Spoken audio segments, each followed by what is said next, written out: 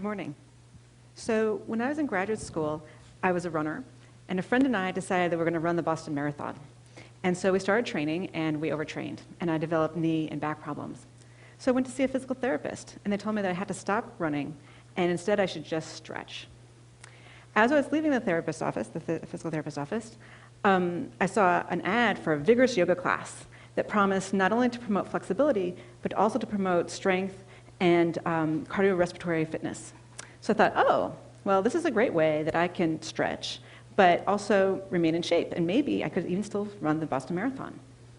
So I went to the yoga class, and I really enjoyed it, except for when the teacher would make all sorts of claims, all sorts of medical claims, but also all sorts of claims about, oh yes, it'll help you, increase your compassion and open your heart, and it's just like, my eyes would roll, and I think, yeah, I'm here for to stretch.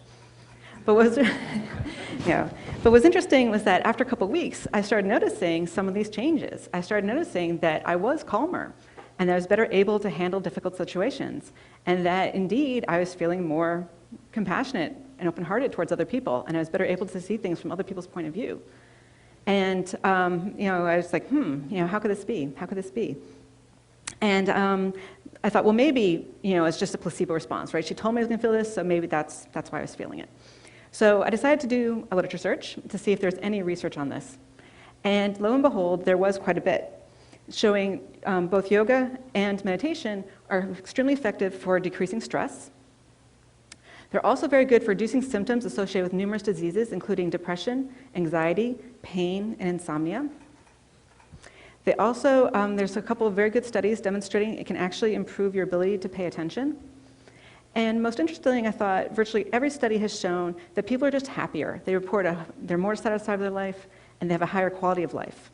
And so this was interesting to me. And so I decided to switch and start doing this sort of research. And so as a neuroscientist, how could this be happening? How can something as silly as a yoga posture or sitting and watching your breath, how could that lead to all these sorts of different types of changes? So what we know is that whenever you engage in a behavior over and over again, that this can lead to changes in your brain. And this is what's referred to as neuroplasticity. And what this just means is that your brain is plastic and that the neurons can change how they talk to each other with experience. And so and there was a couple of studies demonstrating that you can actually detect this using machines like the MRI machine. The first study was with juggling. They took people who had never ever juggled before, and they scanned them, and then they taught them how to juggle, and they said, keep practicing for 3 months.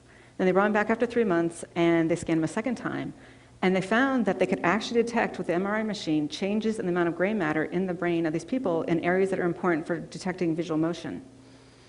So I thought, okay, 3 months, can we detect, can meditation change brain structure too? That's something as, as simple as, juggling. What about meditation? So the first study we did, we recruited a bunch of people from the Boston area, and these were not monks or meditation teachers. These were just average Joes who on average practice meditation about 30 or 40 minutes a day. And we put them in the scanner, and we compared them to a group of people who are demographically matched, but who don't meditate. And what we found is this, that there were indeed several regions of the brain that had more gray matter in the meditators compared to the controls. One of the regions I'm going to point out to you is here in the front of the brain. It's an area that's important for working memory and executive decision making. And what was interesting about it was when we actually plotted the data versus their ages. So here in the red squares, that's the controls. And this is something you see actually, it's been well documented that as we get older, not just there, but across most of our cortex, it actually shrinks as we get older.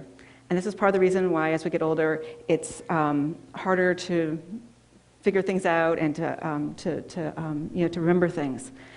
And what was interesting was that in this one region, the 50-year-old meditators had the same amount of cortex as the 25-year-olds, suggesting that meditation practice may actually slow down or prevent the natural age-related decline in cortical structure.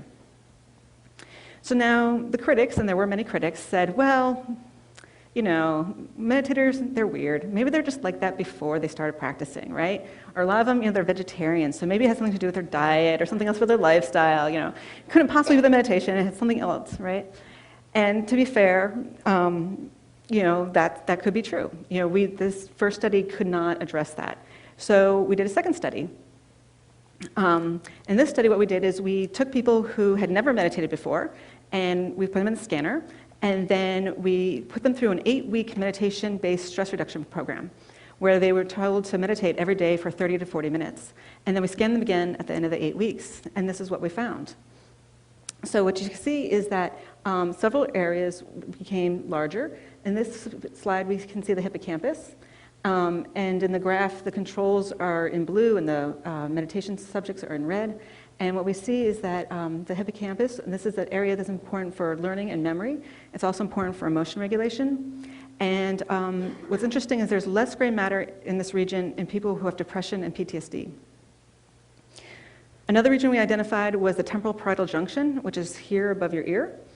And it's important for perspective taking and empathy and compassion. And again, these are both functions which people report changing when they start practicing meditation and yoga. Another region we identified was the amygdala. And the amygdala is the fight or flight part of your brain.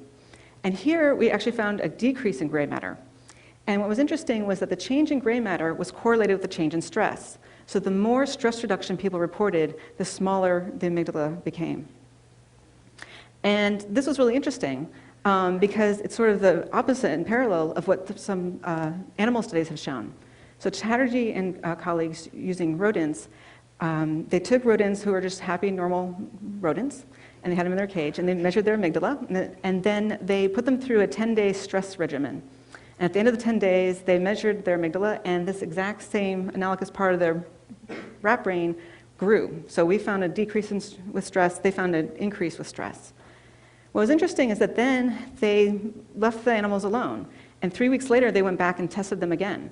And 3 weeks later, that same part of the amygdala was still large, and the animals, even though they were in their original cages where they were happy, were still acting stressed out. So they, were cowering in the corner, and they just weren't exploring the space the way they had before. And so this is the exact opposite of what we saw with the humans, because with the humans, nothing has changed with their environment. They still had their stressful jobs, all the difficult people in their lives are still being difficult, and the economy still sucked, but yet, their amygdala got smaller and they were reporting less stress.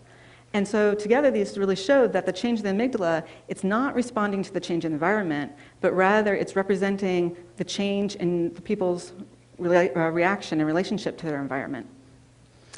And then the other thing that the study shows us is that it wasn't just that people were saying, oh, I feel better, or that it was a placebo response, or that they were trying to please us, that there was actual neurobiological reason why they were saying they felt less stressed.